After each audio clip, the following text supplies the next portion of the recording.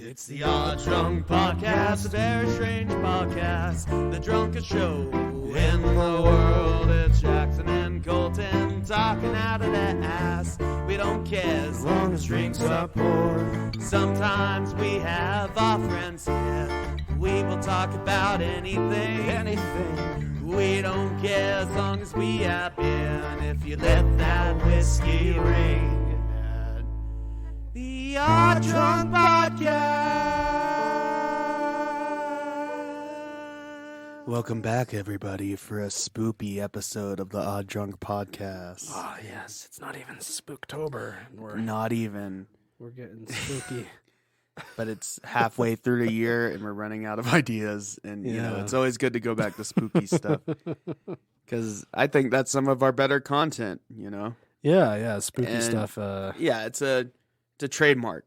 Well, not a trademark. What would I say? It's what's the? I can't think of words. Can you think of words for me, Colton? I can't think. I mean, I can think of words, just not the ones. It's a staple of the Odd Drunk Podcast. Yeah. Talking about spooky stuff. I was just gonna start saying words, and also forgetting words and just saying words. Yeah, we say a lot of words on this podcast. Filibuster. And I was wrong about the last episode. This is actually our 90th episode. Yeah, I noticed that. So, yeah. When I was editing, and I left it and I didn't. Yeah, and I'm sure you noticed it. You listeners, I'm sure you noticed.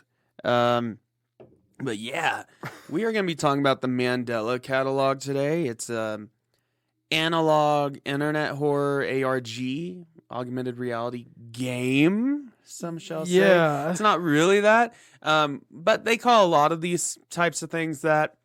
And it does have that aspect of like, oh, you're solving the mystery like with the clues it gives you.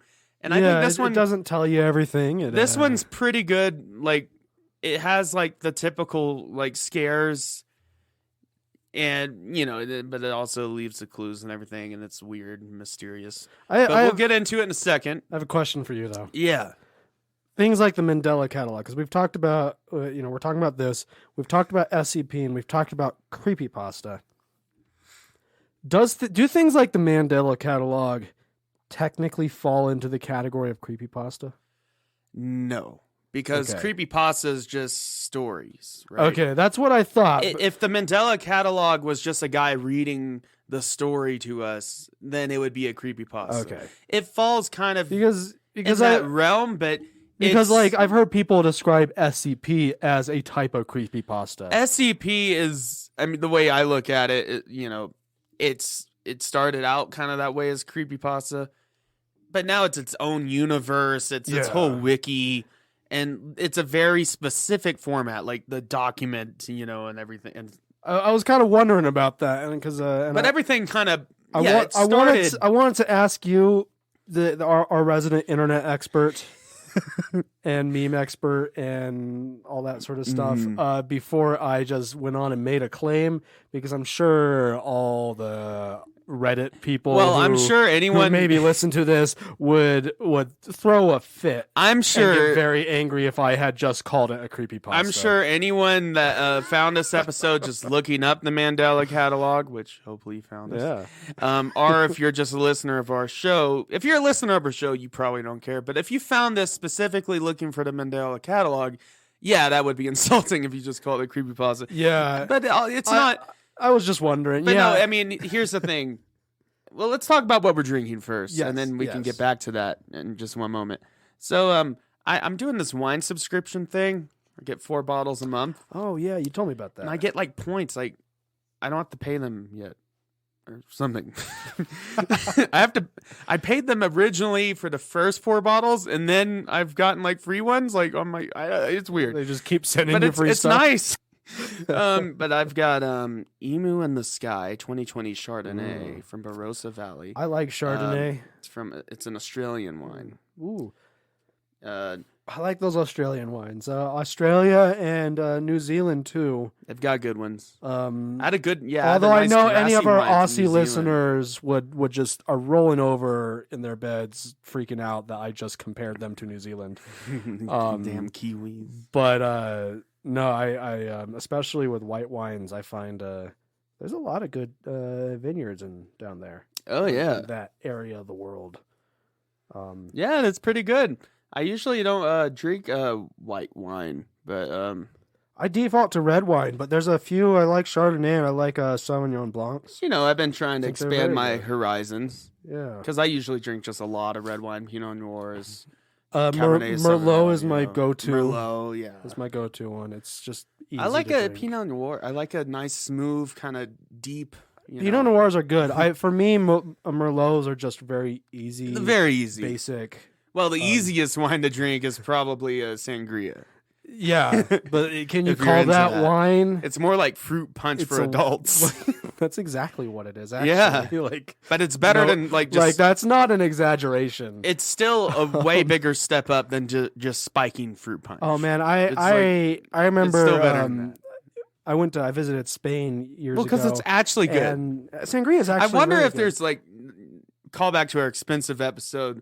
Maybe we can just talk about wine for an hour on one of these. But I wonder, we know what we're talking about. I wonder if there's a really fancy, expensive sangria out there. I'm sure there is, because the thing is, usually you find it for $8 to $10. It's known as being cheap because let's be honest, you're making sangria. You don't need to use expensive wine. No. But if you did make it with expensive wine, that would make it an expensive sangria. Also, but would it be worth it? It's not super uncommon for brandy to be an ingredient. In brandy, while I drink cheap brandy because I am cheap. Brandy can be expensive sometimes. But I know rum is obviously a very common liquor that goes into sangria. But brandy is also pretty common. Nice. Yeah. But I'm sure if you used an expensive wine, I'm sure. And yeah, what are you drinking again? I'm drinking Old Chub, Scotch ale. Old Chub. Old Chub sitting in the back of my fridge. But it's still good. Tastes good. Nice. I'm glad you're enjoying that Oscar Old Chub. Blues.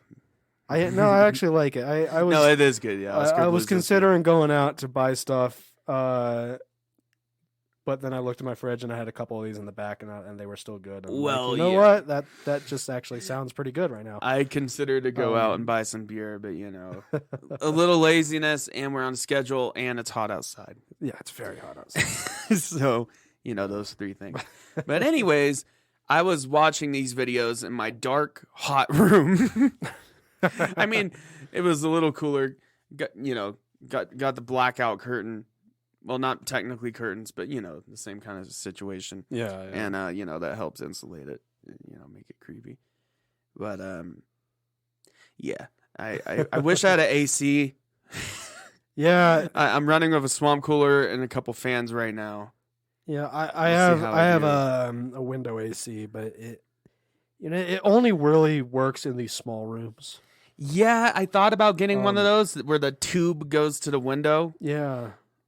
But at the same time, I'm like, that's so much money, and also... it's like they cost so much to run for long periods of time. Yeah, so it's like, the electric if bill. you don't want to jack up your electric bill, it's like you should really only be running them for half hour at a time. Here's my thing. I can cool down the room. I can cool down my room, my swamp cooler, or just a fan enough. I rely mostly on just sitting in front of a fan. Yeah. If you want to cool down your whole apartment, you're looking at getting like a window unit. Even though very energy consuming, and I mean, I ran this air conditioning for half an hour before you got here. No, I'm talking about like where it just stays. In the, this air conditioning unit, I ran it for a half hour before you got here, and it's hardly noticeable. Yeah, it's already warming up in here. Yeah. We got two sweaty men. It's that time of year. I mean, we could always move some of the recording equipment towards the window where it's a little cooler. But anyways, yeah. Maybe we'll record some episodes outside. Sure, the audio would actually. If it's a quiet night, you find a spot where there's not cars and stuff going by. Yeah, and you get a good. You can get really good audio quality outside. Oh yeah, some of the best, because when you're recording audio, the reason you put up sound foam and stuff like that is so the audio is not bouncing back. Yeah, so you don't have the reverb. When you're outside, the audio doesn't come back at all.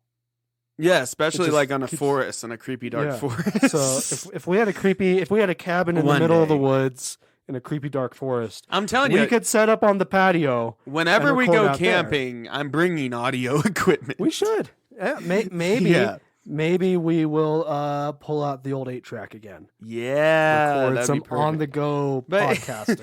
But anyways, I know you got some words to say about this. I think a big congratulations or big praise, I guess, to Alex Kuster.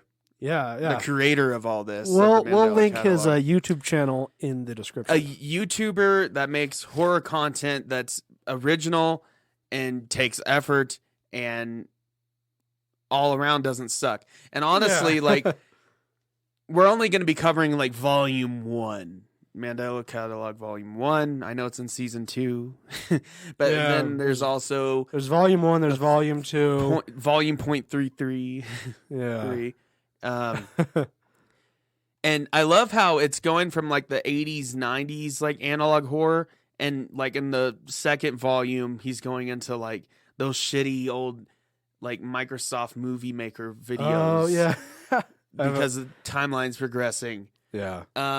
And no, I definitely think it's interesting, and I won't get into we're going to go, I think the best way to do it is go video by video. Mm-hmm. I have my notes. It pretty much goes in the order you should watch it in, because the first video he posted, Overthrown, is a very important like video, but it doesn't make sense when it comes first. You're like, what? Yeah, it's like the third video you should watch. Yeah, no, in this series, people have their theories, but one of the main, it's well, let's just get into it. I don't want to spoil anything, but definitely check out Alex Kuster's channel so you can watch all these yourself. Yeah, I watched it on his channel.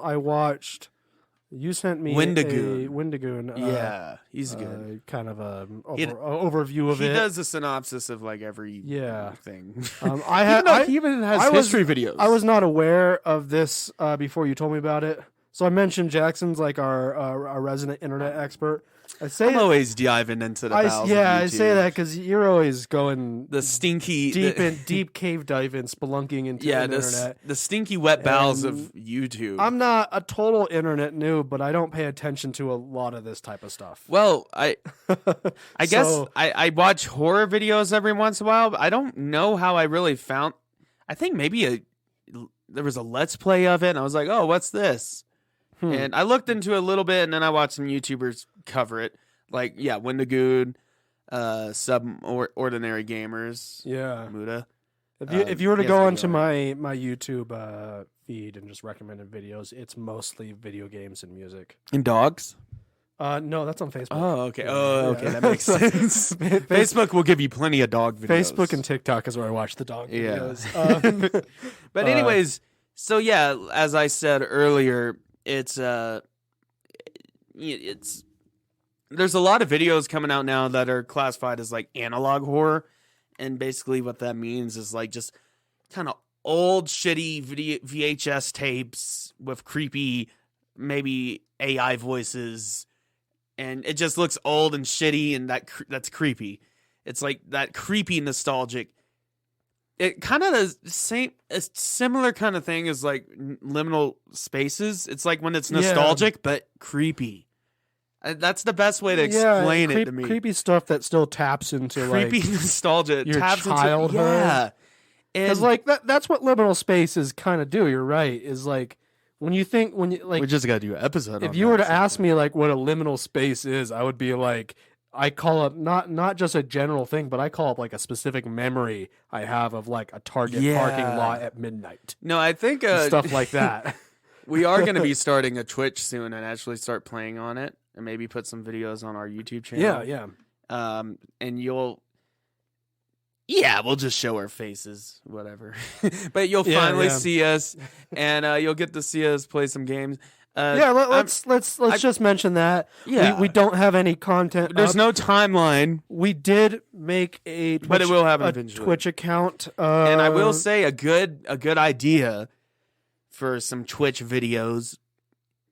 Go into Gmod liminal space maps. Yeah, just explore those and then kind of talk about it. And because the Twitch, we're just gonna when we feel like playing games. Yeah, when we feel like playing games. But like episode on liminal spaces would be good and all, but that really requires the visual element. Yeah. So I think it'd be much cooler. You're absolutely right. To see us explore liminal space. Twitch and YouTube would be a good chance to. We do have video episodes or episode ideas that every once in a while that we're like, this would be cool, but it really would require some visual aids, you know. And speaking of visual aids, honestly, this would. I wonder why Alex Kuser doesn't convert this to some kind of podcast audio series. Yeah. Because a lot of the times, the audio is actually creepier than the imagery. It is, yeah. Or at least as creepy. But like, I watched it in like the recommended chronological order or whatever. Yeah, same. And so it starts with the Think Principle. And it's basically a PSA video. And so when you watch this one first, having no idea what it is, and you get this weird PSA video. It's from the U.S. Department of Temporal Phenomena. Yeah. Whatever that really means. I still don't really know what that means. By the way, the song that it starts out on this video is... What is that song? It's been used in Monty Python. Yeah, and it's like a very... Yeah. Yeah, and you hear it in a lot of patriotic stuff. Yeah. It's a very patriotic song. I doubt it is. Probably. But it royalty free. It's royalty free. Yeah. And it sounds like that. Yeah. And it's creepy and distorted and everything. And yeah, we'll definitely have a link to his channel so you can just watch all these. That is apparently It's Always Sunny in Philadelphia, their theme song. It's royalty free. It's That's why they funny. chose it. Well, and they thought about like making their own song, but then they just stuck with that. Yeah. But that's why they can also use the Always Sunny music on their podcast. Yeah. Because technically their podcast isn't affiliated with FX, but they can still use the music and everything because it's royalty free, which is pretty cool. We could use it. We could. Yeah. But we have an original song. Yeah. Which is better than royalty free. Yeah. Even if it's not as good quality. And even if it just plays twice. Still working on a soundboard. Yeah. But that's money. It's a trickier we've looked into honestly, that. It's more complicated to set up than I expected it would be.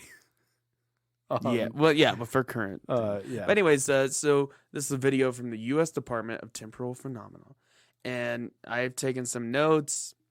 So it tells you if you encounter an alternate, secure all entrances, stay home, and grab a firearm, a gun, to defend yourself. And basically, an alternate. Well, we'll get more into it, but if you see someone that looks exactly like you, run.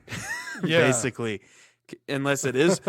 I mean, technically, it could be your identical twin, but the chances of him showing up at your house at 3 a.m. I've seen like studies where people have examined the idea of like doppelgangers and how insanely unlikely it is that you would have an actual that you would actually, you would actually run into them. Well, not even that one even exists. Right, because most you have most of people that look like you. Yeah. So most people like that you would say are a doppelganger, people who are they're technically not. We think they're doppelgangers because of the way the human brain recognizes faces. Yeah, but like people say, like police sketch artists who are trained to notice details would say, yeah, doppelgangers don't exist outside of like identical twins. Yeah, like they. So yeah. So if you see an identical twin and you don't have an identical twin, either your mom lied to you, your mom lied to you, or run, or you're in danger. Yeah, you're in danger. Or both. And there's a couple different variants of the alternates. You have the ones that look just like you; they're identical. Then you have the ones that have weird, disproportionate features. And then in the video, it shows just a guy that's upside down. Yeah, I remember that. Yeah. So I can't imagine. You just see someone that's upside that looks down. like you, but they're floating on their head. Run. Honestly, I know I know you say some of it's cringe coming up, but actually imagine seeing that in real life. Yeah. And like when you're sleeping, and I am going to be alone tonight because my girlfriend works overnights tonight. So like imagine sleeping in your bed and in a corner room, you see that. There's one point upside down. I don't remember what video it is. A guy with a huge head. Remember, or you. You just see you. I don't remember what video it is, but one thing that did creep me out. So like there's a couple parts I think are cringe. For the most part, I think this video series is pretty well done as far as internet horror goes. It's not super cringe. Well, what I really appreciate about it, trying too hard. What I appreciate about it's creepy, but it has like maybe 2 jump scares, but they're not even really jump scares. The entire thing relies, you know, it's gonna happen, like on this primal fear of like. It just relies on the same feeling. Well, it gets into religious stuff. It does, which I actually enjoyed. Yeah, I'm not religious, but I really enjoy like. No, I saw people commenting on one of the videos that I really enjoy religious themes and stuff, just because I'm really fascinated by religion. Yeah. But anyways, no, what I was saying is like it kind of, you mentioned liminal spaces where it kind of preys on that same type of uncanny valley kind of thing. Well, there's the uncanny valley, but there's also this like. It's something we all experience into your brain when it's dark out, and you just have this feeling of dread. Yeah, and you can't explain it. There's this old creepypasta I remember hearing one time, way before this, but it definitely reminds me of the whole alternate thing. Mm-hmm. It's basically a kid comes home from school, his mom is calling him upstairs. He goes upstairs, it's dark, creepy room, door like slightly ajar. And he's like, huh? What the? Like, why is my mom in the dark room by herself telling me to come in? But then his actual mom is like, oh, I'm home. I had to do some shopping. She's downstairs. Oh. So imagine like you're supposed, like tonight for me, which is horrible for me to think about this, but I have, especially after watching these or watching these late at night while drunk and or high or just tired, either way. Imagine like a loved one or someone you know, like outside your door when they're not supposed to be there. Like, or it's like, imagine like if my mom, imagine if like your girlfriend got home, got into bed with you, and then you got a text from your girlfriend saying, I'll be home in half an hour. Yeah. Oh God. Yeah, it's that way.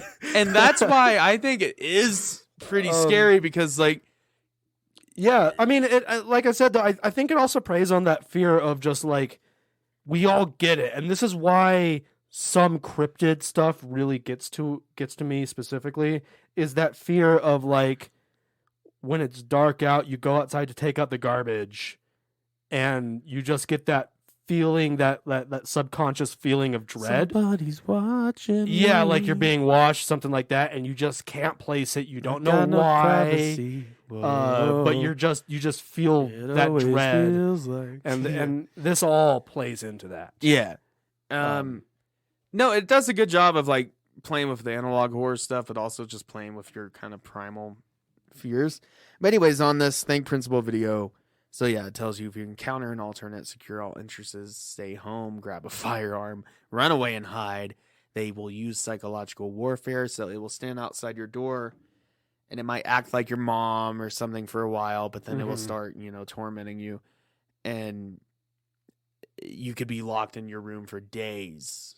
Yeah, like it will be persistent. It, for some reason, and I don't think there's any explanation for this, they don't actually like directly attack you until you like invite them in, kind of a vampire thing.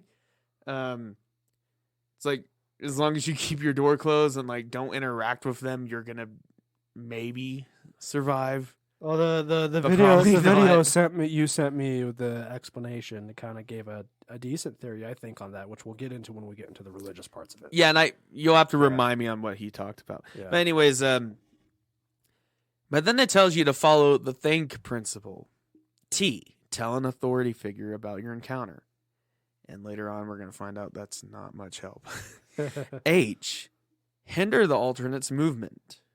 I identified a class type, and there's the like 3 classes: normal, identical, weird proportions, and then just upside down guy. Or whatever. Yeah. Or just if you see something that doesn't look like anybody, just T-pose glitch. Yeah, T-pose. Dude, imagine a guy waking up in your room and you see G-Man T-posing in the corner. T-pose, he glitches through the wall a little bit. Like, like what the fuck? Like, I mean, we joke about that. We've seen like YouTube videos where people like parody that, like what would happen if But it would be horrifying. Video game NPC glitches in real life. But yeah, it'd be terrifying. And I would run. It kind of goes on this. And then and neutralize if possible. But then we find out that's kind of hopeless, because on K it tells us a couple things. I'll get to the ones the alternate tells us. Yeah. So it says know your place in reality. That's like the actual thing it's telling us. But then before that it just says kill yourself. Yeah. There's not enough room for the 2 of us. It's implied that that's the alternate telling us that. Yeah, and it's like the alternate coming through into the PSA, like something like that. But I feel like the know your place in reality is kind of interesting because it maybe implies that some of this stuff, like they don't have power over you if you don't let them, type of thing. But and we'll get then into it makes that. it confusing. Like it's a really fine line, because it's easy to let them have power over you, because that plays into like they wait outside your door. Like if you don't let them in, they won't do anything. Yeah. Well, eventually, but once you let them have power over you, you're fucked. Well, and that's like, why there's nothing you can do. Well, we'll get into it, but let's just keep going with the videos in order, or at least the order we watch. So, then the next video is actually the Mandela Catalogue Volume 1. It's the long one, 15 minutes. Carlos and Mike. Yeah, Caesar, I think. Caesar. Yeah. Or Kaiser. Kaiser. Yeah. Someone pointed out to me. Slight side tangent. Yeah. So in Fallout New Vegas, they call it's Kaiser's Legion. If technically they would be saying Kaiser, right? Yeah. Well, that is correct. In Latin. C's are a hard C. So. And in Latin also, like, there's no J, so Julius, for example, would have been an I, Ilias. Kaiser. And Kaiser. But it sounds stupid. It does modern day, stupid. because then you have Roman senators like Cicero, who's really famous, and it's actually Cicero is his name. But someone pointed out to me in Fallout New Vegas, only people loyal to Caesar's Legion call him Kaiser. Everyone else calls him Caesar. And and that's an immediate way to tell someone's allegiance in that game. Nice. Slight side tangent. Sorry. So anyways, the next video, it's like takes place in 1992. I try to write this stuff down. So victim 1 is Mark Heathcliff. Victim 2 is Cesar Torres. Caesar's basically telling him that he had to take his mom to the hospital. She was knocked out for some reason, but the previous night she was screaming and it sounded like there was a hassle. Mm-hmm. So basically we presume that his mom was maybe replaced with an alternate. At least that's what I got from it. I don't think that's actually what happened. There's another theory. There's another thing that he is the alternate. Caesar's the alternate, and he called Mark as just the alternate. Yeah, that Caesar's already dead. Yeah. That's probably what it actually is, but I'm just going with how it was presented to me. Mm-hmm. So he tells him to go to their house and turn the cameras on. Why didn't you just turn them on before you left? Whatever. Okay. Yeah. But that's kind of a clear giveaway that it's kind of a trick. So he goes, turn the cameras on, and it shows, what the cameras catch. Like it says motion detected around 3 a.m. Shows nothing. But then it says sound increased 3:34 a.m. It's like the woman screaming, presumably his mom. And then a little bit after that, Mark says, "It followed me home, Caesar." And it goes to basically the alternate outside of Mark's door. Yeah. And it's like telling him to let him in, that he won't hurt him and everything. And then he says he's been stuck in his room for days. And he eventually just kills himself. Yeah.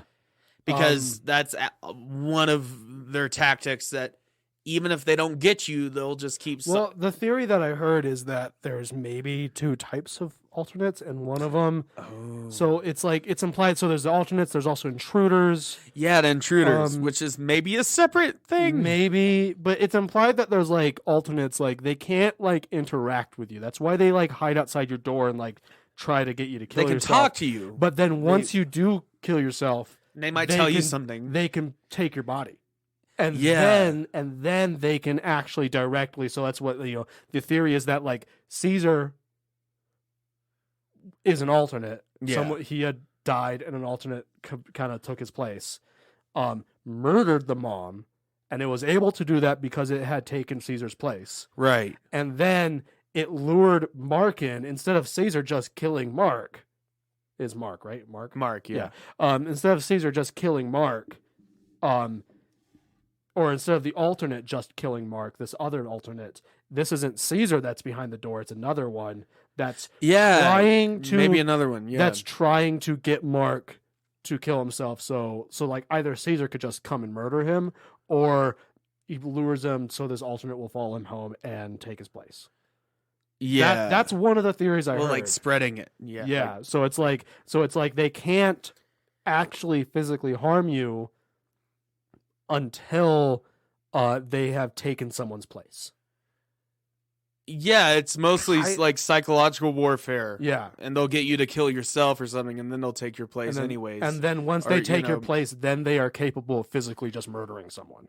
Yeah, they have to like become you first. Or that's one of the theories I heard. So, anyways, that's where that kind of leaves off. It shows his dead body and everything, and it's like redacted, like it has the black.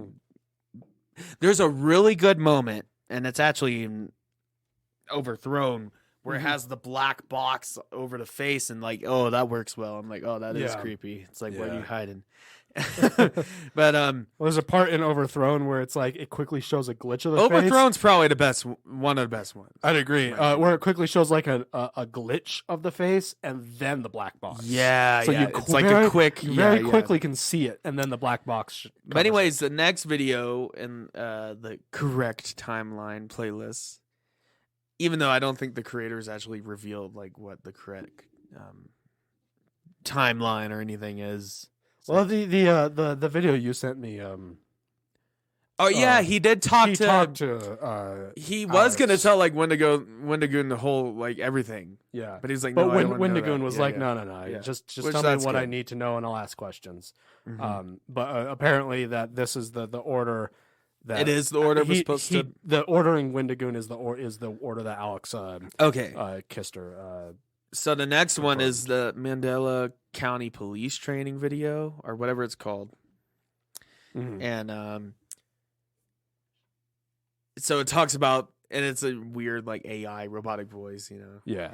And it talks about 3 common emergencies: police, fire, medical, standard stuff. But then it freaks out after that. And then it gets into talking about the alternates. Basically, if there's an alternate, if someone calls reporting an alternate, it says, do not help the caller reporting the alternate encounter. No matter how frantic their screams are. Calmly reassure the caller that help is on the way. The call can be ended when they stop responding to your questions. Do not speak too much. You might accidentally reveal your fears. Yeah. And then nothing is worth the risk. So basically, law enforcement just don't do anything about it. Yeah, I feel it implies that they know about it. They know, like the government and local law enforcement. But the government and the law enforcement know, sort of, are not behind it. They're not behind it. They just know about it. And I guess the whole idea to keep it under wraps. So not revealing your fear and everything. I guess the whole idea is like the less people that interact with it, maybe slows down how fast it spreads, or like how many alternates come up. But just the idea that it's like, if you call the cops, you're still screwed. If I were like, honestly, that's kind of true. For example, I was browsing jobs. Don't want to get political. I was browsing jobs the other day, and they are hiring for a 911 dispatcher. Oh wow, caller. and I was looking at that. I'm not going to apply. If that sounds very stressful. Yeah, it does. That's why I'm not going to apply. There was a movie of Jake Gyllenhaal about it. Yeah. Or Gyllenhaal? It's just like the call center. Yeah, yeah. Yeah, it sounds like a shitty job. I don't know if it's shitty. Maybe people like that job. I don't know. Well, I just heard about the horror stories. Yeah. And, but if I got hired for that job, for example, and then they showed me these PSA videos, I'd be like, I'm done. Yeah, I'm going home and I'm not coming back. So basically, it feeds off your fears. So if you reveal, and also just talking to it, it might come track you down now. Yeah. So like, because like you could theoretically, as a dispatcher, you could answer the call and it's actually just the alternate talking to you. Yeah, yeah. So it's not that the police are just being cowards, but they know. Well, let's not get into it. But they know how, bad and powerful these alternates are. It's like, if you get any calls about this, they know that if the 911 dispatchers accidentally interact with the thing, even over the phone, that could put the dispatchers at risk. Yeah, even like exactly. So yeah, it's like basically if you encounter one, you're on your own. Like you're on your own. So that sucks. And yeah, and when it talks about the different types of alternates, we didn't talk about this too much. It shows like these different pictures of people. Yeah. And it shows the ones that like look like doppelganger ones. And I can't really tell which picture, like either on the left or right, is supposed to be an alternate. Yeah. And that's kind of a problem. I think it's the one on the right. I think so, but maybe not. Because the ones that make it more obvious, it's the one on the right. Well, yeah, when it gets to the third type, when it's it's but obviously... you're right, with like the doppelganger ones. Well, because like one of them's just like a black face with eyes and teeth and like... Yeah, no, not even teeth. It's just eyes. Oh, yeah, just eyes, yeah. It's a small thumbnail here. Yeah, I see that one. Yeah. And, so we still don't really know what these things are yet, in the timeline. I mean, I think I might know what they are. Maybe. I don't know. But anyways, now we get to the toddler stress assessment. And right, yeah. And we're going to be covering volume 1 this episode, but, we'll be coming back, I think. So the toddler stress assessment. So it plays different sounds, see how your child reacts to these sounds. Basically, plays bird sounds, that's fine. Baby sounds, that's fine. Cows and sheep, that's fine. Yep. Yeah. See, that's what you don't. I know it might look like a bad Photoshop, and it does. But imagine seeing that in the corner of your room. That would not be good. It's not just a bad Photoshop. It's just like this. It's just like a JPEG posted over another JPEG. But imagine seeing that JPEG in real life. It would be terrible. It's like sleep paralysis, right? No, exactly. Like, it's like, yeah, they may look silly, but like when you think about it, when you're going to sleep, it's like imagine seeing that face, hovering over you or something. But anyway, so yeah, the toddler stress assessment plays all these sounds, and then it goes into some dialogue here. Nice. Daddy didn't tuck me in, and there's a man in the closet. The scary night. Daddy didn't check under my bed last night. I'm using my creepy voice. So I went to Mommy's room. I was scared. There was a scary knocking on the door. The scariest part is walking by the dark room by the stairs. Yeah. Almost at Mommy's room, I saw a man in the corner. And then I fell asleep in the end. So this is confirmed to be Mike from the other video. Mike is the guy, the alternate? No, the child. He's the child. Yeah, he's the child. That's confirmed. Yeah. Also, but the intruder, apparently there's a fan art of course, intruder as a with sexy babe. Boobs. Yeah. Rule 34. See, that's is it Rule 34? Honestly, these things start out so, authentic and genuine and good, but then the fandom gets a hold of it. Reddit gets a hold of it.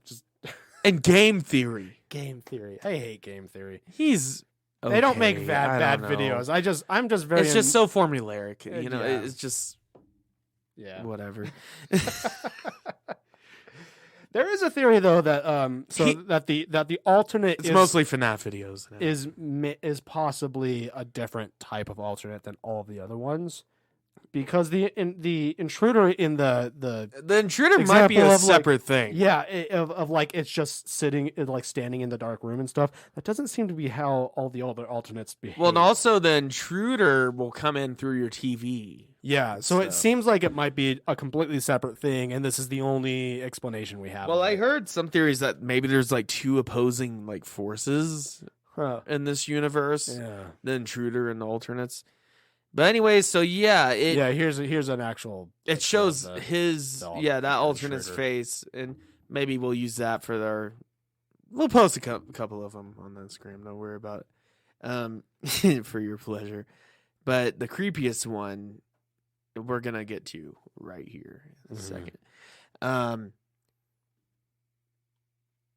So it says, I fell asleep in the room. Everything was good in the end. And then it shows a cat picture, and then it shows family, blue balloon, and then it shows a dark room by the stairs, and then it shows the intruder guy with the hoodie. And admittedly, he looks silly, but I would not like to see him. He just looks like a tweaker. He does look like a tweaker. He looks like a tweaker in a hoodie that I would encounter. Yeah, like this is the image from the video. This is what it. Yeah. But anyways, I think now we're about to get to the real creepy stuff because it goes like this guy's just gonna stab me. Oh yeah, which is also not good either. Not good. But there's something off about him. Like his eyes are too high up and too wide. Yeah, it's just. I think this is the creepiest image of all of them. I think that's a creepy one, but I think the creepiest one is Gabriel, the angel, and we're gonna get right into it. I didn't find that one super creepy, but I find it creepy just because of. I think the concept is the context, but the image itself, I didn't. We soon realized that the Mandela Catalogue, this whole universe, this world, it's an alternate. There is one image. Well, no pun intended. It's an alternate world. It's alternate universe, alternate history, and there's a very important thing that happens in its history. Why this is? I'm looking for a specific image. Well, there's one where it's just like the statue. Oh yeah. Just the eyes in the dark and everything. Yeah, this is a freaky image, I think. But anyways, getting to that's I want to see. That's a freaky image. But getting into the Mandela Catalogue Overthrown, which is actually the first video. So it's this old like 70s, 80s like Bible cartoon. It's a real cartoon. I forget what's called, but it is a real cartoon. It maybe explains a lot, but only once you've seen the other videos. Yeah, well, if you watched it first, you'd be like, okay, this is just like a weird, like religious thing. But if you watch the other videos first, then it comes off as it gives you ideas. Basically, this whole video explains why the alternates are even a thing. Maybe explains. It gives people theories. It definitely gives you theories. So Gabriel, or an alternate, or some people think it's just straight up Satan. Either way, posing as Gabriel, he tells these shepherds that Christ was born in Davidstown. And, like, immediately you should be like, wait, no. He was born in Nazareth. Right? Bethlehem. He was born in Bethlehem. Mary's from Nazareth. Yeah. He's Jesus of Nazareth. But he wasn't born in Davidstown. He's from Nazareth. He's from Nazareth. He was born in Bethlehem. Yeah. But, like, Davidstown, no. It's like, you see that, you're like, what? But he tells these shepherds, and it's a weird. You have the cartoon, and then you have I want to say hyper realistic. That's kind of a meme to call something that. But you have like a more realistic just picture of Gabriel talking these cartoons, and that's just kind of weird. There is a mix of like, I mean, it's one way where sometimes the shitty Photoshop kind of contributes, where it's like this kind of weird mix of like cartoon and just like images. Does kind of contribute to that analog horror. It is weird. So, like, I say that they're poorly photoshopped. The reason I say that is me just saying that's why the images don't freak me out. Right. But yeah, because it does contribute to the analog horror part of it. But yeah, he tells these shepherds that Christ was born at Davidstown. Rejoice. So yeah, it's an alternate history. So there's theories that, somehow Satan or the alternate or Gabriel, whatever, delayed the birth of Christ somehow or something. And we'll get into it a little later, but there's a theory that basically explains that. Well, we'll get into it. But so, and then Mary gets as in the Bible, she gets a message from Archangel Gabriel, but he says my name is, and then it says redacted. And when you see something that's redacted, you're like, uh-oh, that's something you don't need to hear or don't want to hear. And then he tells her, I'm like it's this weird like binary language. Yeah. I'm the angel Gabriel. Everything's good.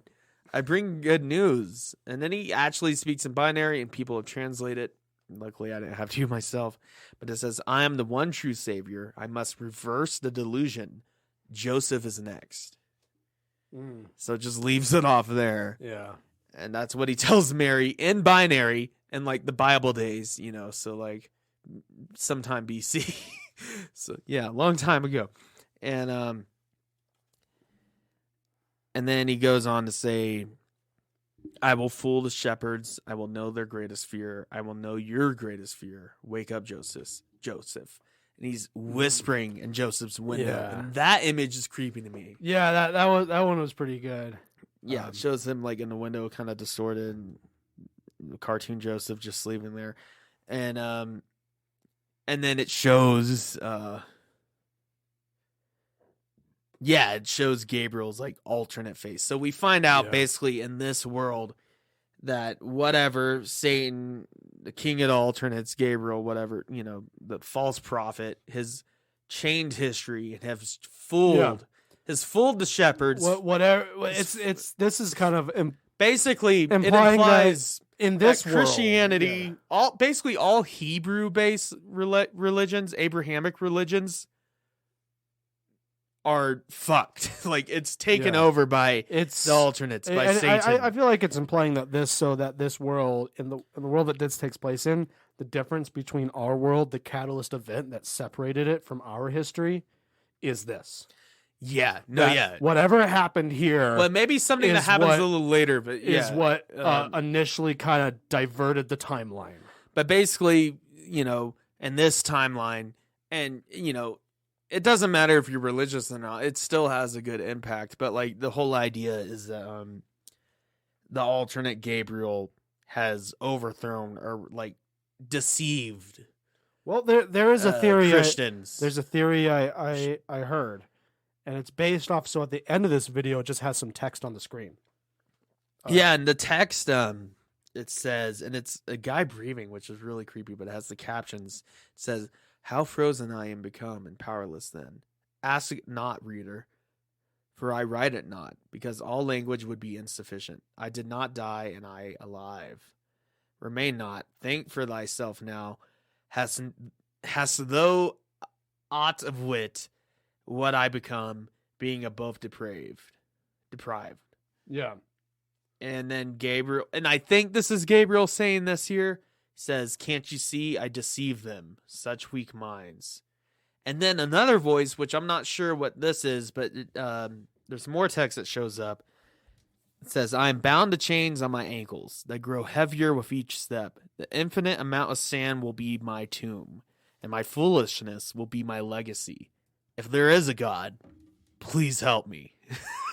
Like, damn, like that's intense. Yeah. And some people think that's straight up Jesus. Well, so in this world, but it also could be. So a theory that I heard that I really like. This is from and it's that. So this, what happened here is that's Lucifer. Yeah, Lucifer is the Gabriel. Yeah, so that's Lucifer basically took advantage of the moment of Christ being born and took his place. Yeah, and that theory leads to some people go, oh, well, so these alternates are maybe demons of some kind. Maybe there's the video you sent me. What was his name again? Wendigoon. He pointed out that there's some Dante's Inferno. Yeah, it's a whole video about the references in there. Oh yeah. And I'm trying to see if I can find it. No, what's not sponsoring, but he is a good YouTuber. He has like creepy, scary videos, but he also has historical ones, and he has whole videos talking about Dante's Inferno, Purgatorio, and the heaven one, Paradiso. But so the I am bound to chains on my ankles that grow heavier with every step. The infinite amount of sand will be my tomb. That's from Dante's Inferno. Oh wow. That's from what I understand. I don't remember what. And give big props to Alex Kister. He obviously did his research, and didn't just throw the shit together. Like it's good. Or it's maybe inspired by Dante's Inferno. I don't know. That definitely sounds like something that would be in the Inferno to me. But yeah, we're not really sure who that is. It doesn't really specify. It could be Jesus. It could be Joseph. It could be... And it really caught me off guard when this went religious, but for some reason, and I saw a lot of people in the comments and people that said, I am Christian and this freaked me out. And other people said, I'm not religious, but this freaked me out. Yeah. What's freaky about it to me is that this whole alternate thing stems like to ancient times. Yeah. And the fact that human beings basically from the start have been manipulated. Well, I mean, for me, it also kind of not from the start. But here's the thing that made me think about if this alternate thing has been going on for such a long time, I think that might mean that that alternates are not all of them are not actively trying to take over. Well, and not all of them. They're just taking people's places. Well, and also, we're going to get into it, but like the government at least and some people know about this. Because in the next video that it recommends, the MAD video, which is about the metaphysical awareness disorder, which is basically if you're mad, it's when the alternate tells you something that you don't want to know. Yeah. And some people think that, whatever Gabriel told Mary in binary, which, the whole thing about how, I'm the real one, I'm the chosen one and everything. I'll reverse everything. Some people say that was actually like him giving her MAD. And what MAD is, so yeah, it's when they tell you something that you don't want to know or don't need to know. And, people interpret it as like, you're told something that's just like some kind of universal truth or like it's just some Lovecraft. And there's some Lovecraftian elements in this. Like when you're told knowledge that you just cannot comprehend, just drives you mad, or it's something that just breaks your reality or your perception, whatever. Yeah. And then also it tells you in this, in which, that's not a good thing to think about, but it also tells you that the rate of most people just die after hearing this knowledge, just die. Yeah. But 97% die, and like the other 3% like get even worse trying to like revert it or whatever. And then it tells you to avoid religious practices and unnecessary beliefs or any philosophical questions, anything like that. So even if you're not religious, don't have any kind because in this world, the alternates, Gabriel, Satan, whatever, has basically infiltrated and has like control of like the the Abrahamic religions. Also, but this video says it's just any religion. Here's the thing, though. I think the implication of in this world that it's been going on for this long implies that if the alternates were just, intent on taking over everything just as fast as they could, they would have done so by now. Right. So for me, it makes me think. So in this world, they probably have taken over a lot, but they're doing so slowly enough so we don't freak out about it. Because which would mean that there are enough of them out there, enough doppelgangers and that sort of stuff, enough alternates that are people that you just think are normal people. Yeah. That you've already been in contact with them. There's nothing you can do. Yeah. If they decide that you're next. You're next. You're fucked. There's nothing you can do about it. I saw just people too many of them talking about on the Reddit and YouTube comments. So in the overthrown video, when Gabriel shows up, he says, "Do not be afraid," and everything. But the cartoons and the men, the shepherds, are not afraid. Yeah. But in the Bible, they are afraid, and that's why the angels have to say, don't be afraid. Be not afraid, because the angels might be like a wheel within wheels with 1,000 eyes and wings or whatever. Yeah. The biblical there is the angels that just look like people with wings, but then there's also ones that are like 1,000 eyes. There's a lot of different versions of angels. But that's why they say, be not afraid. I mean, the idea with angels, with them looking like that, but people talk about how it's supposed to be that like this is not something that's earthly. Yeah, that's the idea. No, exactly. So it's not supposed to be that. Oh, it's this Lovecraftian horror. It could be though. It could be. But there's people. Sounds like it. But I think there's people that talk about the ideas like because in the regular old Bible and everything, the shepherds are afraid at first. That's why they tell them. Well, I think but in this, they're not afraid because the alternate Gabriel, the false prophet, whatever, knows and he says it in the video, in one of the videos, like, I know exactly what you love. I know exactly what you fear. Yeah. So he knows everything about us. So that's why it's so easy to manipulate us. And why they're playing the long game is because they can. Yeah. And it's if more people, like if more of us know about the alternate threat, it will be harder for them to get us and everything. Yeah. So but if they could I also just feel like that it's been, if it goes all the way back to then, over 2,000 years, it would it would imply that there's enough alternates out there by now that there's probably not a single person who lives in a populated area that hasn't encountered them. Right. You wouldn't know it. Mm-hmm. But that would mean that like because you've encountered them, they know your fears already. They know everything about you. If they decide you're next, that's honestly that's all they can do. I agree with you that like just because they're not actively hunting you doesn't mean they're not learning about you. Yeah. And they would still know about you. Yeah. You're still on their radar. Yeah. And then the last video I watched, so I could get over here and start recording. Yeah. I watched a lot of them, but, don't remember everything. But the last video I watched goes back to the biblical, like, stories towards the cartoons. And it's the Mandela Catalogue exhibition, I believe. And basically in that video, the Gabriel alternate or whatever shows up and tells Noah to listen to him and to bring this weird creature onto Noah's Ark.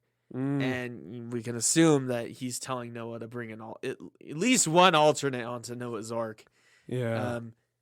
Because if you know anything about the Bible, like that's when God was gonna just end the human race, but then Noah and his wife, I think, and his kids maybe. I don't remember. And then they got like 2 of every animal onto a boat and repopulated the earth and everything. But in this history, the main thing I know about Noah's Ark is that there's some people who, for some reason, and Steve Carell think it actually existed. And Steve Carell played him. And it's ridiculous. Even if you are religious. Like, I'm sorry to anyone listening. Like, you can be religious. You can be Christian. And I know there was a claim that they found part of Noah's Ark. Yeah. But let me tell you. I'm not going to say maybe it did exist. Whatever. No, but I'm going to say it didn't. Well, here's the thing, though. Here's the clear thing, though. Let's say whenever this happened, thousands of years ago, at least, the wood rots. Like wood rots. It wouldn't be around anymore. Also, the logistics of the whole thing are ridiculous. The logistics are ridiculous. There's no evidence that a flood of that level ever happened. So here. But I also want to tell you guys, either maybe it was a true story, but it was greatly exaggerated, and there was just a local flood, and a guy saved some people. Yeah. And that happened like 5,000 years ago, and it became a story. Yeah. And got exaggerated. Or it's an allegory. as Art's an allegory. As if you look at most of Christian history, And there's nothing wrong with that. That doesn't mean... Here's the thing. You look at most of Christian history, most Christians throughout most of history recognize that the Bible is a lot of allegories. Yeah. The idea of taking the Bible literally is a much more modern thing. It's and it's especially prevalent in American evangelical. I don't think it's meant to be taken literally. Evangelical Christianity in America. It's much more prevalent in that. But if you look out through the history of Christianity, most Christians throughout most of history will be like, yeah, there are at least some stories in the Bible that are just like meant to teach us a lesson. No, exactly.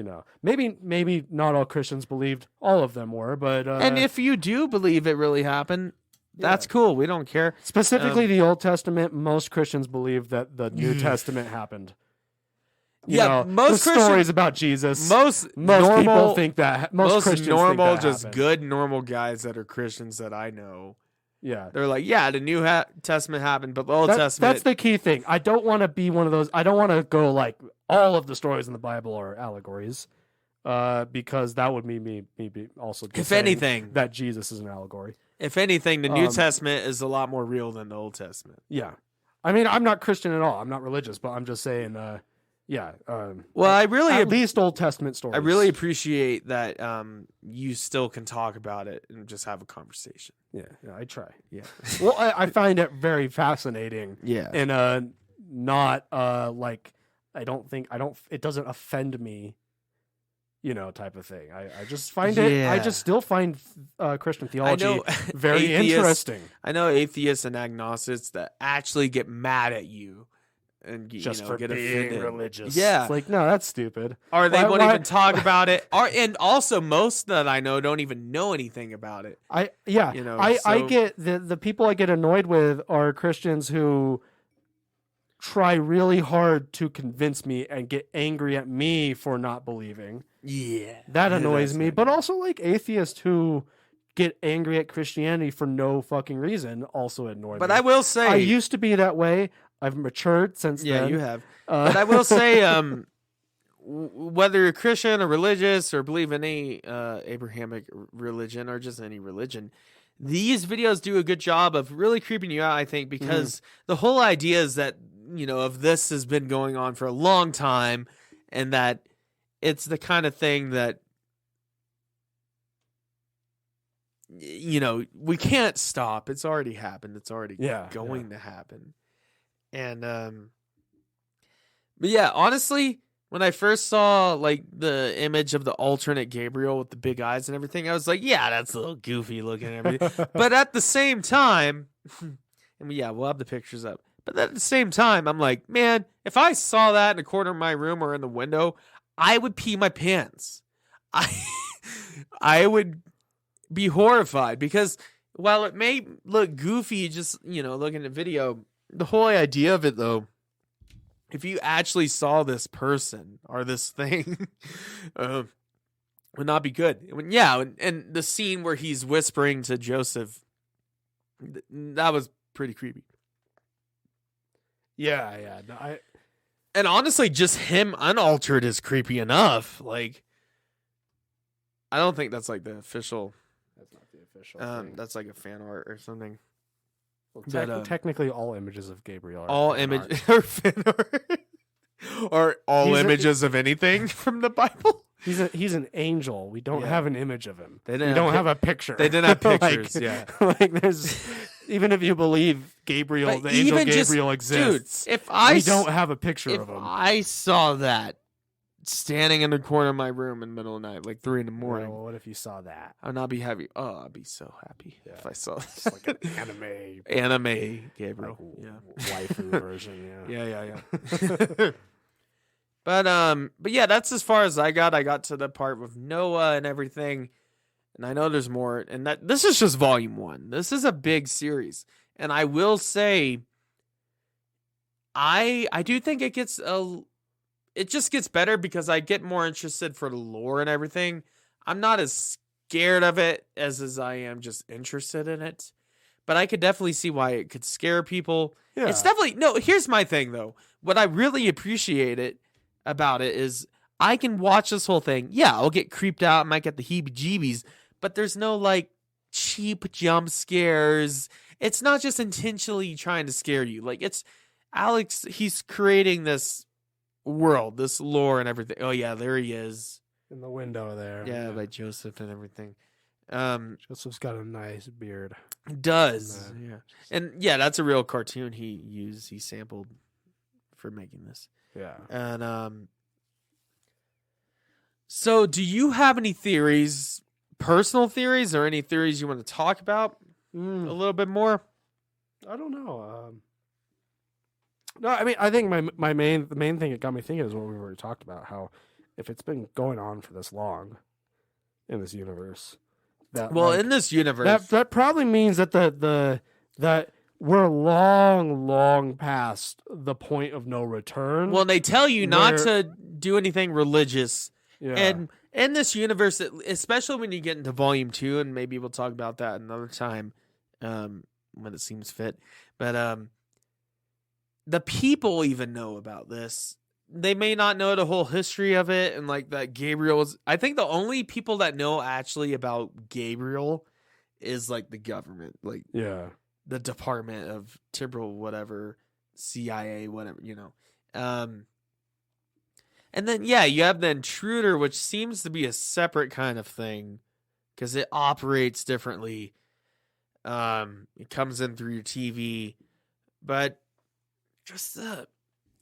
I just hate, and we talked about it earlier, but the idea is like you already said one that creeped me out, but like imagine me going home and everything. I'm falling asleep, but then all of a sudden I hear my mom at the door. And I know there's no way she should be here without flying or driving a long ass time. And, you know, it's like if I heard that in the middle of the night, oh my God, I know it's an alternate. And the idea of like meeting your doppelganger, but they're not, you know, they're not good. They're not good. They're not who you think they are. The evil version of Jackson. But also, yeah. One of these days we should do an evil. But it's like if I called you at 3 a.m. It's like, hey, you got to come to my place and everything. We got to record an extra secret podcast. Yeah. But then it's not me. If I text you at night, going like, we need to record right now.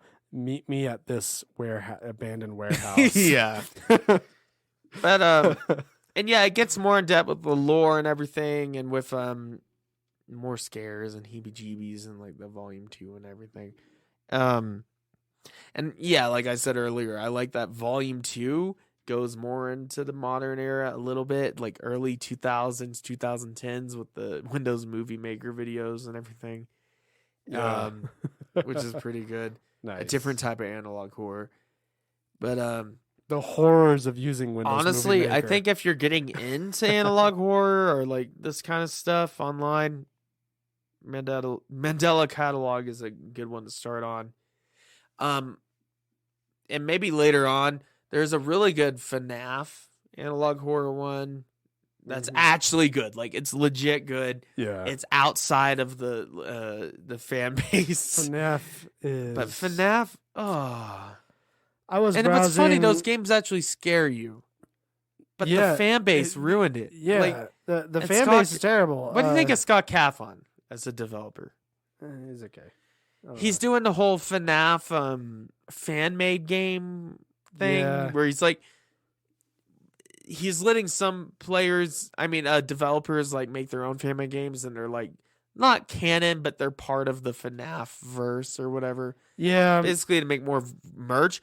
But what he did to these one creators, they basically created a whole alpha of a game. Or maybe even a beta. Like it was almost a complete game. And he was just like, nah. And he wasn't paying him for it or anything. And he was like telling them to develop this to potentially be part of his FNAF fanverse or whatever. I don't know. I like his story and everything.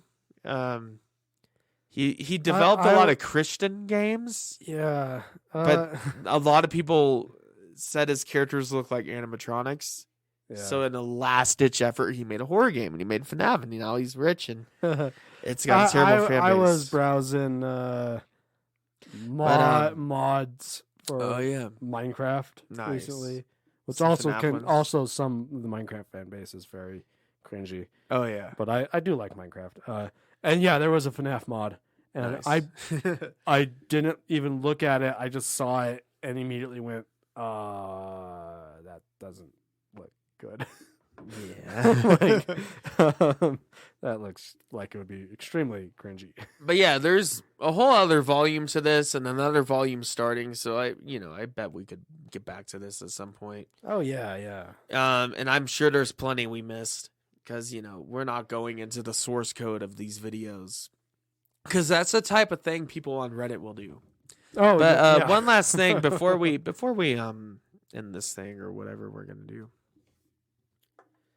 And yeah, more ARG stuff I would love to talk about for sure. Like Local 58 Monument Mythos. I've been talking about that with Colton. Definitely. That one is an alternate U.S. history. It's very American centric. It's fun. It's not so scary, but it's just, it's a fun kind of lore. It gets creepy, but it's whatever. So this guy on Reddit, I have Reddit. On r/Mandela Catalogue. Yes, it has its own thing. This is Yeet123 ABC123. A Mandela Catalogue timeline, and I'll post this. Mandela Catalogue timeline I made. Some of the events are theories, so comment below if you have any suggestions. So, starts out. False prophet arrives in the Mandela universe after observing other universes. Okay, I don't really know where you got that, but okay. And that's before everything. And then after before everything, the false prophet, our Gabriel, starts to spread his message that he is the true God because in his exhibition, he states you will be punished for resisting my message. Probably states that Noah did not believe in him when he started to spread the illusion.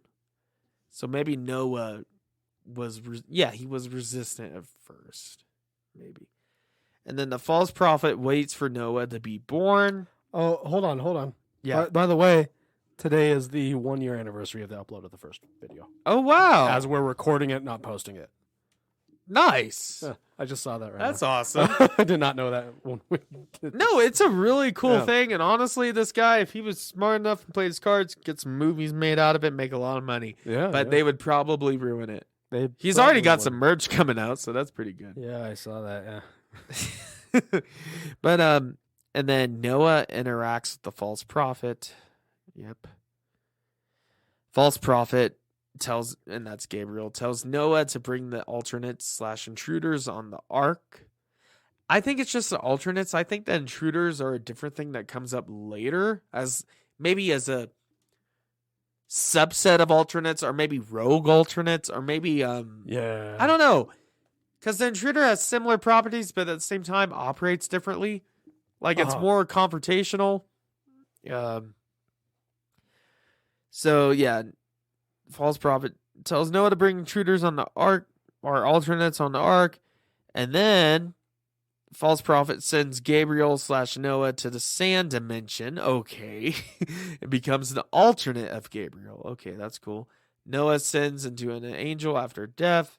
So, okay, it says some of the stuff here are theories, so if you have any suggestions that changes the theories, a lot of it sounds like theories. Well, yeah, because we're building this, because we're not being told much, we're just getting what we get from the videos. So anyways, the alternate Gabriel speaks to the shepherds, and this starts his path into the Abrahamic religions. Yeah, because at the modern era in the Mandela timeline in the catalog, Abrahamic religions, stay away from those. Yeah. That's where alternates are everywhere, posing as angels, posing as prophets, saints, whatever. Posing, it's just any major religious figure, probably. Priest, whatever. So he speaks to Mary and misinforms her to believe he is an angel from God and that she will follow his commands. Yes. Then he speaks to Joseph and tries to tell him to wake up. Probably gave him mad so he can't have Jesus. Only time will tell. Okay. And then after that, Alternate Gabriel is now controlling all Abrahamic religions, waiting for his time to overthrow God. And then the events of Intruder Alert, Volume 1 and Volume 2 occur. So yeah, I think that whole idea that people's whole belief systems have been infiltrated and like it's been going on for so long, I think that's creepy. Yeah. And yeah, seeing an identical version yourself or just like upside down guy. You know, what's this? Oh, it's a. Are they playing Roblox? It's a Roblox. Of course. Yeah. See, I hate the fandom of anything because, and I speaking of which, like Star Wars fandom. Oh my god! Mostly just good and nerdy guys, but you know, you get those.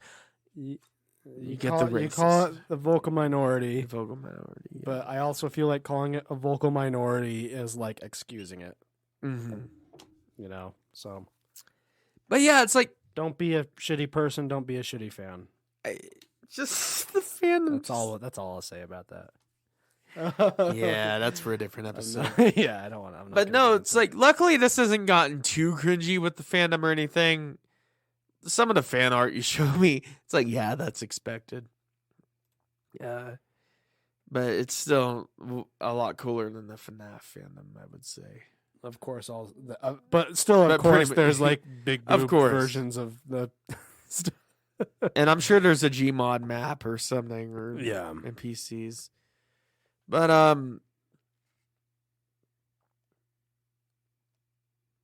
yeah, yeah. Anything else to say? Well, do you have any personal theories? No, like I said, my only theory is what I said about like if it happened so long ago, then it probably means that in that universe we're past the point of no return. We probably passed that point a long time ago. Yeah, now they're just living with it. Yeah. Yeah. Well, you better hope. I'm telling you, Colton. Me specifically. And I'm telling you, the listeners. You better hope that we're not dead and replaced by alternates. And if we were replaced by alternates, we wouldn't tell you, would you? No, would we? We would not. No. And you may have accidentally revealed your fears to us. You don't want to do that. But yeah. That's about it. Yeah, not a super long episode. But, I don't want to cover well, I don't want to get into volume 2 or anything without really watching it and getting into it. Yeah. And just but cuz I honestly I respect the Mandela Catalogue. I respect Alex. I think overall it's pretty cool. And and probably talk about this again at some point when it makes sense. And that's about it though. That's the episode. I don't have much to say. It is creepy. It's good analog horror. I don't know too much about the ARG elements. I know people that actually will go out to real world places and try to solve these ARGs, or go into the source code of websites and videos, you know, to see what the text says. And everything. Yeah. I don't have time or care to do that. I do not either. No. I'll talk about it and I'll drink. Yeah, that's my baseline. That's all I want to do. Yeah. But anyways, look forward to more spooky stuff later on. But you know, the next episode we could be talking about teddy bears. So, you know, who knows? But anyways, hopefully this was anything and you enjoyed it and maybe you got a little spooked. Maybe we can put some creepy atmospheric stuff in the background. We'll see. You've done that before. Maybe Colton feels like it. But anyways, I have something saved. If you enjoy any of this or any of our episodes of any of this, go follow us at All Drunk Pod at Instagram. It's in the Linktree. And join the Facebook group, even though I need to be better about posting on it, as do you. Yeah, but we're pretty bad. About it's there. It's there, and we're on pretty much any podcasting platform you can think of. Your Spotify's, your Apple Podcasts, your Google. Who would listen to that? I don't know. But if you're listening to it, we're on Audible. Good, we are on Audible. We're on iHeartRadio. We are, yeah, because more outreach. But yeah, on whatever podcast you listen to, if you like us, these episodes also go on YouTube, although no one watches them. Yeah. I've seen the views. We have nothing on YouTube. Yeah. There are many of the episodes that say no views when I look at it. I want to brag about that. Yeah. I want to tell people about that. No, because everyone listens on other stuff. No, that is true. Yeah. So that makes us feel good. We do get downloads and also, as of now, we are over 4,000 downloads, which is pretty cool in my opinion. And if you think 4,000 is not a big number, I would like for you to imagine 4,000 crabs. Also, I wanna throw this out here. This episode coming out. Throw it out. June 10th. June 11th would be the 2-year anniversary. It would be our first episode. Woo! Yeah. So, but anyways, go you guys. And we're for to our listening. 90th episode. Yeah. But anyways, if you like any of this, any episode, anything, be sure to leave us a nice review. Or a mean one. We'll still read it. Yeah. On Apple Podcasts. Oh, trust me, we read all those reviews. Yeah. We get the Spotify. You can leave some stars, but you can't leave an actual review, which I think they should change that. They should change that. Because, that's not enough. A lot of people listen on Spotify. They do, yeah. Spotify's good. I like Spotify. Yeah. So, yeah. If you like us, leave us a review. Hit us up. We'll talk to you. Whatever. Let us know what you want to talk about or want us to talk about, whatever. Yeah. And anything else? Anything else I need to tell them? That's all I can think of. I think you covered it all. And we'll plan on having some more guests up in this pod. Yeah, it's been a minute since we've had a guest. Yeah, we've had some. And well, not that long actually. Not that long. Your girlfriend. We talk about animals. Yeah, that was pretty good. That was fun. But that's about it. Yeah. I don't have much else to say. We will see you guys next week for a rockin' episode of the Odd Drunk Podcast. I don't know what it's going to be about, but it's going to be about something. Rocks. Maybe we might just talk about rocks. Just rocks. Just geology. All sorts of rocks. Minerals. Yeah. Fun stuff. Gray rocks. But anyways, rocks. If you catch soft rocks, hard rocks. If you catch me or Colton knocking on your door at 3 a.m, don't answer the door. Yeah, it's not us. Probably an alternate, and you're probably gonna die. But either way. Speaking of that, if you also catch, Joe Rogan knocking at your door at the end of the night. Oh God! Don't even just assume it's an alternate. Just call the police. Even if it is just Joe, would be weird. Yeah, that would be weird. Just call the police. Maybe they will help you. Yeah. There's a Joe Rogan at my door. Help. He's telling me about Joe Rogan's at my door and he's yelling at me about keto diets and about DMT and about Bigfoot or whatever he talks about. I know he talks about DMT. And I know maybe Joe Rogan is yelling at you about what's that game? That mobile game, the good one, the bad one, Raid Shadow Legends. Yeah, maybe he's yelling at you about Raid Shadow Legends. If Joe Rogan knocks on your door and goes, "I want to talk to you about Raid Shadow Legends," you're dead. Yeah. Anyways, we'll see you next week. Ben Shapiro shows up being like, "I'm just being logical." Oh God! Don't even get me started call on the that police. guy. Yeah, just call the police if you see anything about Ben Shapiro. Okay. We will see you next week. See ya. That's it. Yeah. This is not a test. I repeat, this is not a test. The Odd Drunk Podcast recommends you follow their Instagram and join their Facebook group for more fun content. To visit all of our current streaming and social media platforms, visit the Linktree in the description.